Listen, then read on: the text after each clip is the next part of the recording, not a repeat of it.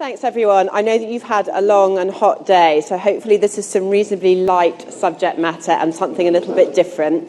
So I'm going to spend the next 20 minutes or so talking to you about the sharing economy. So a quick moment on me and who I am. I'm the CEO and founder of Love Home Swap, and if you'll allow me a moment to talk about my business, it's a site for homeowners who want to swap their homes with people like them around the world. So it's a little bit like an Airbnb for grown-ups. It's entirely inspired by the film The Holiday, for those of you who have seen it. And we've scaled the business over the last 3 years to now become the world's largest home exchange club.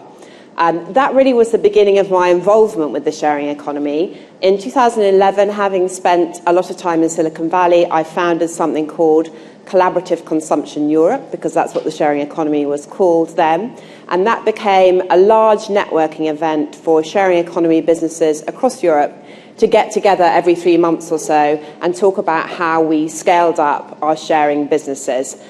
Because of this role, I was asked by the UK government to write an independent report on the sharing economy in 2014 called Unlocking the Sharing Economy. It's very long, if anyone fancies reading it. It has a short exec summary, which I would recommend taking a look at. And I am now, for my sins, the founding chair of the new trade association called Sharing Economy UK, which was set up this year in an attempt to self-regulate the sharing economy. So those are my creds. What is the sharing economy? I'm going to take you through this in a minute or so, and you may know answers to this already. It's a new, very high growth sector within the global economy. It's about people sharing the things that they own and the skills that they have to make money or save money from assets that they haven't previously used before. And we definitely see a new generation of people moving from asset ownership to only using things when you need them. It lets individuals work more flexibly, and it's absolutely having a big impact on the nature of the workplace. And Time magazine have called it one of 10 ideas that will change the world. So some of the names that you will have heard of participants within the sharing economy, apart from Love Home Swap, are people like Airbnb, Uber, which I'm going to talk about a little bit later on, BlaBlaCar, Hassle.com, Borrow My Doggy for the pet lovers amongst us, Grub Club, Just Park. And there is an official definition that was thrashed out as the first piece of work of the Trade Association, which is very catchy, which I won't read from note, but shows you what happens when you're trying to define a sector which is growing very rapidly and is a very broad church. So what is this thing and how big is it? PricewaterhouseCoopers have written the seminal piece of research on the sharing economy to date, and its estimated global value is £9 billion. The focus so far has been on 4 key verticals, and these are the verticals that I talk about in my report. They're travel and accommodation. They are transport, whether that's taxis or ride sharing or car clubs. They're skills and time sharing. And then there are many emerging verticals of the future. The next sector to get very interesting is B2B, logistics, delivery, but also food, fashion, items, power tools. The key point about the sharing economy is it is a very broad church. You have some major players of significant scale with significant funds. You also have some challenger brands. And within that, there are a range, ever-increasing range of startups and not-for-profit organisations. It is gender specific. Often, women are key participants in the sharing economy, particularly appealing to those who are managing household budgets or trying to work more flexibly with children. Why is it happening now?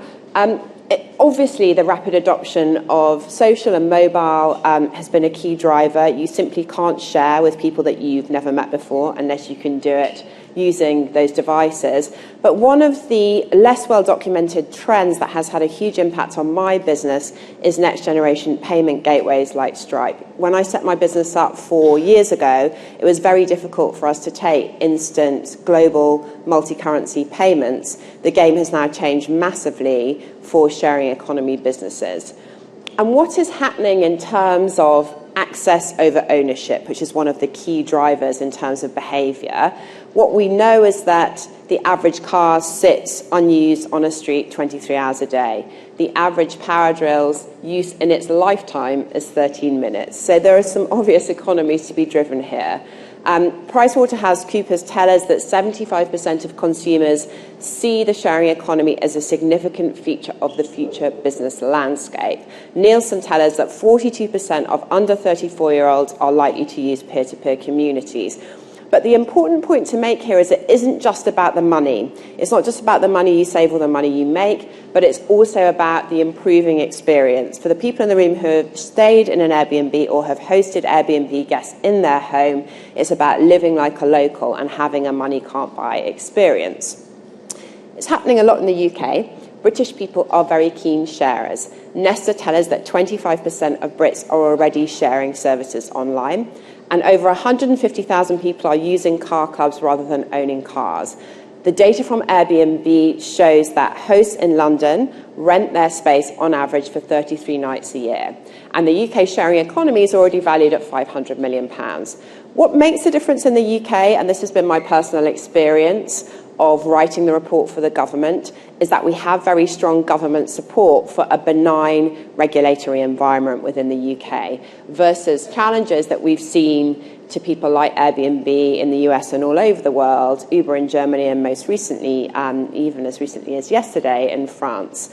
The deregulation bill, which was passed in March of this year, which deregulated a very old piece of legislation from the 1970s that meant that you are not allowed within London to rent out for short periods of time the home that you own.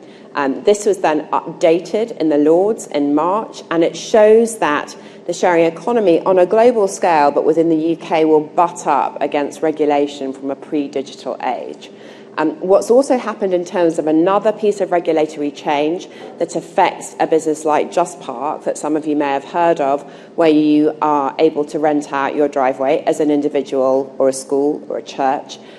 Prior to a year ago, you had to apply for a change in planning consent use in order to do this, and that has also been updated as a piece of regulation.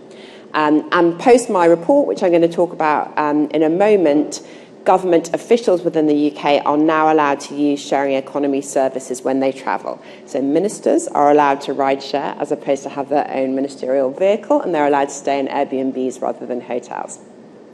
The report that I wrote last year was for Matthew Hancock, who was then the Minister for Business, and the focus was really how can we make the UK a global centre for the sharing economy, but also ensure fair treatment for all operators. It will not be a surprise that bed and breakfast owners who have been operating B&Bs for tens of years have been very challenged by the wild growth of Airbnb that operates in a different environment. So the key recommendations I made were around fostering innovation, trust and identity, which I'll come on to, insurance, which has been a real problem and a challenge for sharing economy businesses. It's very difficult and complicated for insurance providers to get their head around a new world where ownership works in a different way. Tax clarification, obviously government very interested in whether people are declaring the income that they might make from participating in the sharing economy, and forming a trade body in order to self-regulate. When the government responded to my report, which was as part of the spring budget in March of this year, they basically okayed much of what I'd asked for, which was good and felt like that had been a relevant piece of work. So what is happening at the moment is we are launching sharing city pilot schemes in Manchester and Leeds. Job centres are thinking differently about how they help job seekers participate in the sharing economy, and government officials and procurement frameworks have been changed. What's the sharing economy lobbying for now? What's on my agenda for the next year or so? It would be great if we could extend the rent-a-room tax allowance that allows you £4,250 a year tax-free for having a lodger to all types of sharing economy activity. It would be great if we could get some money from government to back a fund or an incubator to drive innovation, as we're now generating so many great entrepreneurs and businesses in the sharing economy within the UK. And it is inevitable that there will be a peer-to-peer transport bill in the next year or so, of which more in a second.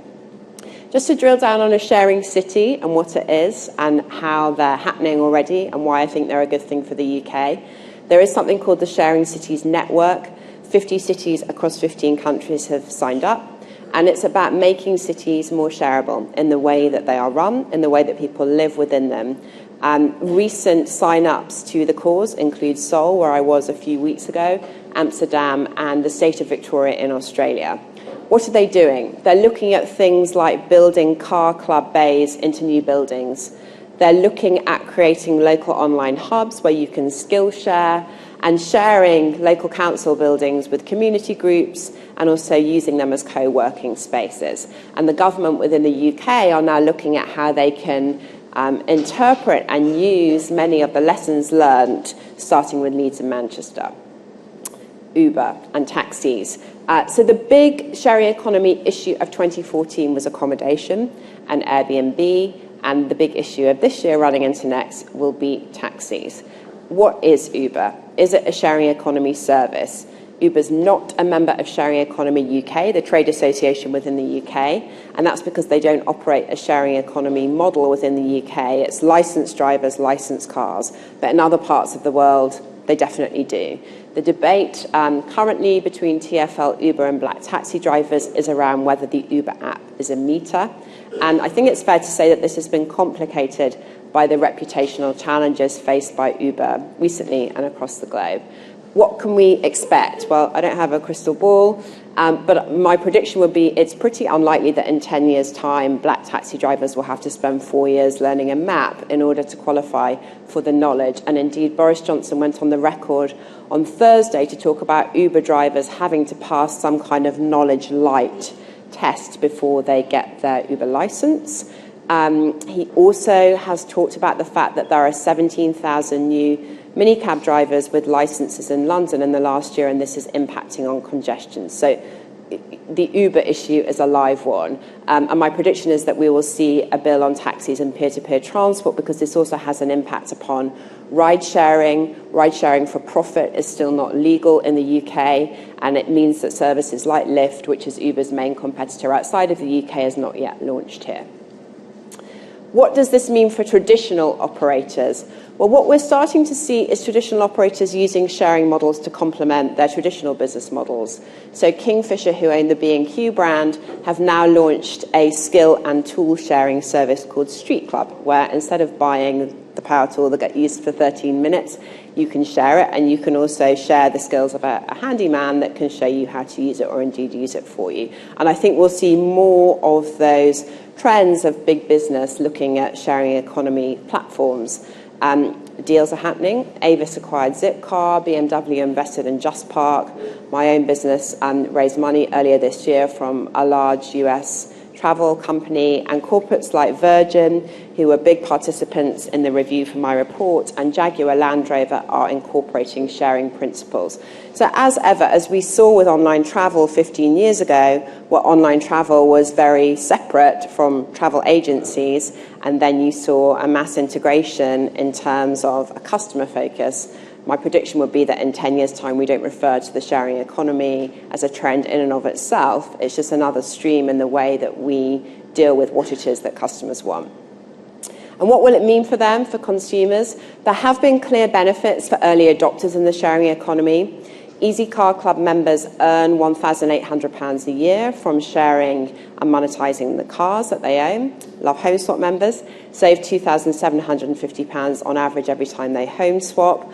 And recent research, actually in today's Financial Times, which I saw sitting out there, where they had a big piece on the sharing economy, shows that the average family could save £8,520 a year through the sharing economy. And that includes things like dropping a second car and being a member of a car club, renting out a spare room, using a box room as storage space, and some reasonably easy sharing economy practices to incorporate in your own home. What are the questions that the sharing economy needs to address if it's to become mainstream, which is why I'm here and why the report was written? Trust is the big issue, and identity verification. How do I know who I'm dealing with? Probably for the people in this room who I suspect are reasonably early adopters of these services, they've already found a way to overcome this issue. But for the majority of people, it is still an issue. The insurance challenge I've already mentioned. What happens if something goes wrong? There are many sharing economy businesses operating without proper insurance in place. And tax. How do I allow for the income that I make? So what's the industry doing in the UK? Well, Sharing Economy UK is the new trade industry body of which I'm the founder chair. It was launched earlier this year. It's made up of every sharing economy business that you will have heard of, but not Uber, which is a key point to make. And our objectives are to champion the sector, to ensure best practice, to act as a single voice, even though there are a lot of different operators doing different things as membership. We're the first trade association of our kind for the sharing economy worldwide, and we are working on, as our first big project, a definitive kite mark or trust mark for the sector, which is quite a horrible, massive piece of work where we're about to launch an academic partnership in order to put that in place. Again, it will be the first of its type within the world. So what does the future look like for the sharing economy? To my mind, mainstream adoption seems unstoppable, but there are regulatory challenges on a global basis, and there will continue to be so. Even within the UK, there's more regulation and hurdles to jump through.